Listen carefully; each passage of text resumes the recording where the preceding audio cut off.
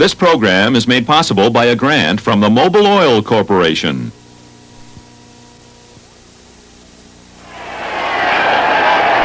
Valentine's Day 1951 in the Chicago Stadium for the middleweight championship of the world. The champion Jake LaMotta in the black trunks. The challenger Sugar Ray Robinson in the white trunks, and LaMotta has been pressing the fight.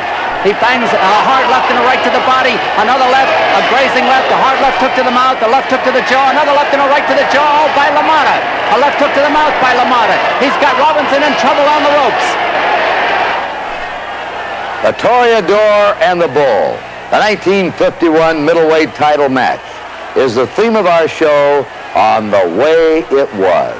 Happy day, we're here again. Our skies above are clear again. Let us sing a song of here again. Happy days are here again. All together, shout it down. Hi, I'm Kurt Gowdy. Welcome to our series of American Sports Classics.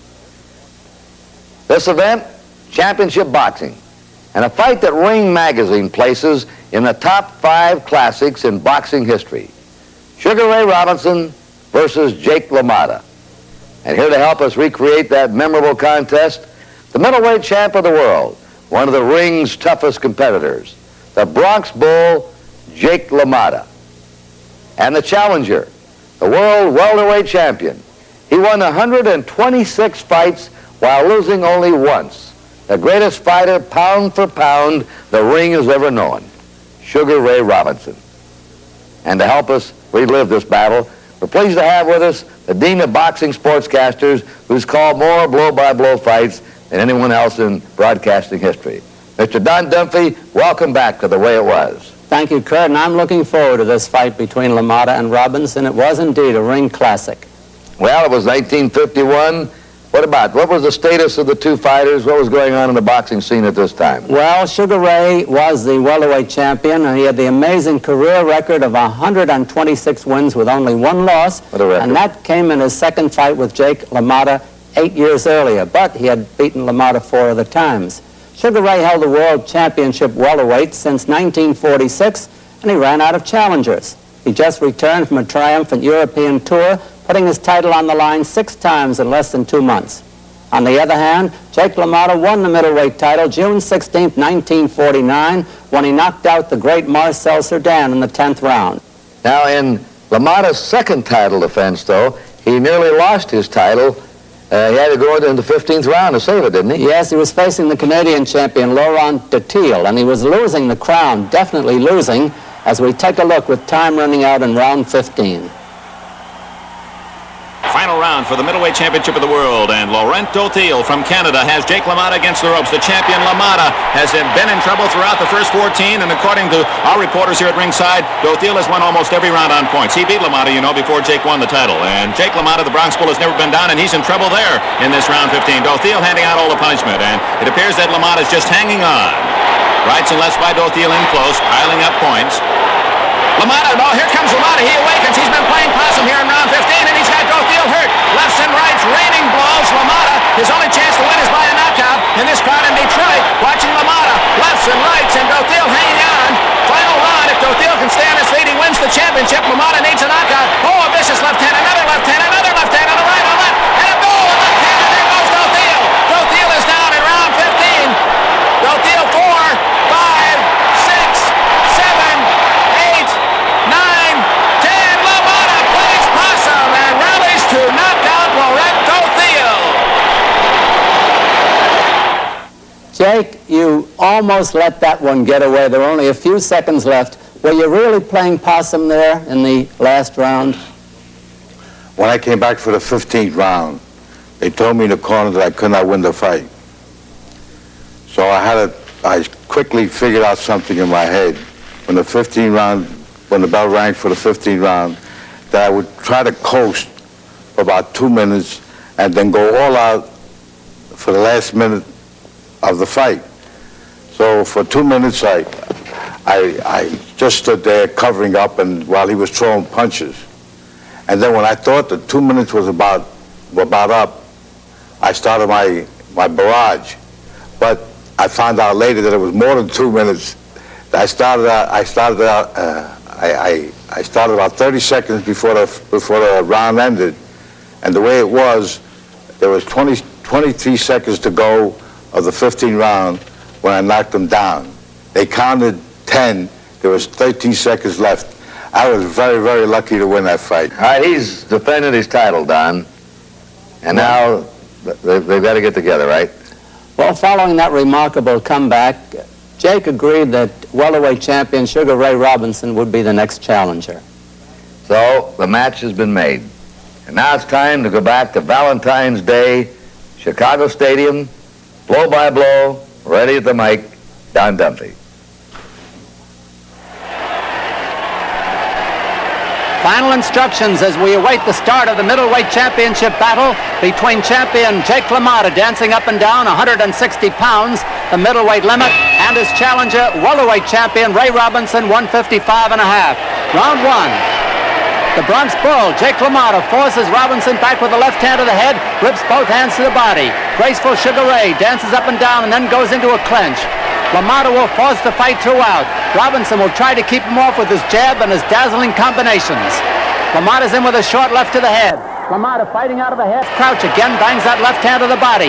He is trying to slow down the speedier Robinson. The referee, Frank Sikora. Jake alternately fighting straight up and in a crouch, moves in, is tagged with two left jabs on the chin. LaMotta puts a light left hand to the body, and again they go in close. At long range, Robinson short with a left hand, short with another. LaMotta biding his time, rips out a left that's wide of the mark. Down deep in the crouch, LaMotta straightens up with a jab on the chin. Robinson pecks out a left hand, it's short a couple of times. A light left reaches the face, he misses a left hand over the head. Robinson dancing away, LaMotta coming in, ripping that left hand to the body, has Robinson off balance as they whirl their way into another clinch, both holding on. At long range again, LaMotta forcing the action. He's the aggressor. Sticks out a light jab on the chin, two more jabs to the mouth by Jake LaMotta. Robinson misses a left at the head. Robinson's fighting straight up, the classic boxer, jabs a left on the chin. LaMotta coming in on him, gets away from a left jab, gets away from another and another. LaMotta bangs that left to the body, misses a left over the head as Robinson nimbly dances back. Both boys exchange lefts to the face. It's round one for the middleweight championship of the world.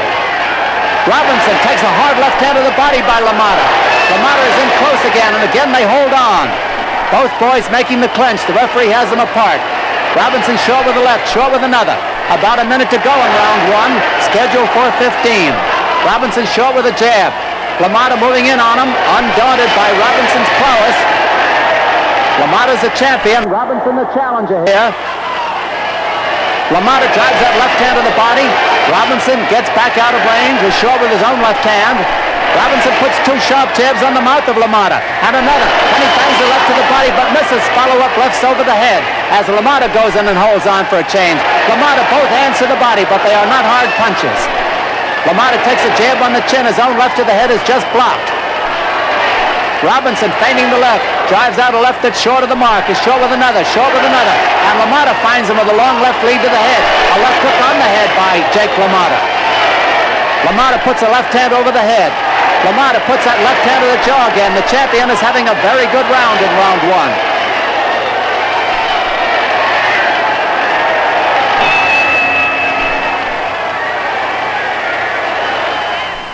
Well, that was a good round one. Jake, how many times did you fight Sugar Ray? I fought Sugar Ray so many times. It's a wonder I don't have diabetes. Jake, I got a question for you with Robinson. Now, he had beaten you 4 times. How come you gave him a shot at the title? Well, we had very close fights. And he was about the only one around that I could make some money with. He was a top contender, top challenger, and it was an interesting fight. I wanted to prove to everybody that I could beat him. Unfortunately, I was wrong. Ray, were you surprised when he gave you a shot at the title?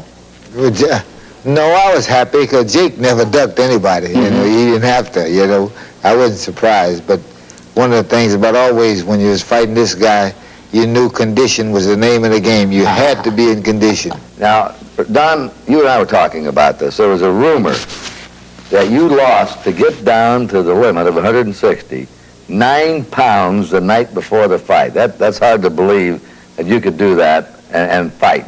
Did you do that? Well, it wasn't 9 pounds, it was 6 pounds.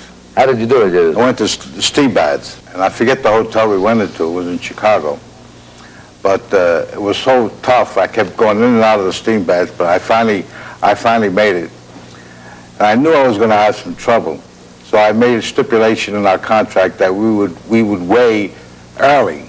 So it would give me some time to get some of my liquids back, you know. How early? I think it was 10 o'clock that morning. You know, Jake, this is pretty hard to swallow. Here you are fighting a great fighter, even then he was a great fighter, who had beaten you 4 times out of 5, and you're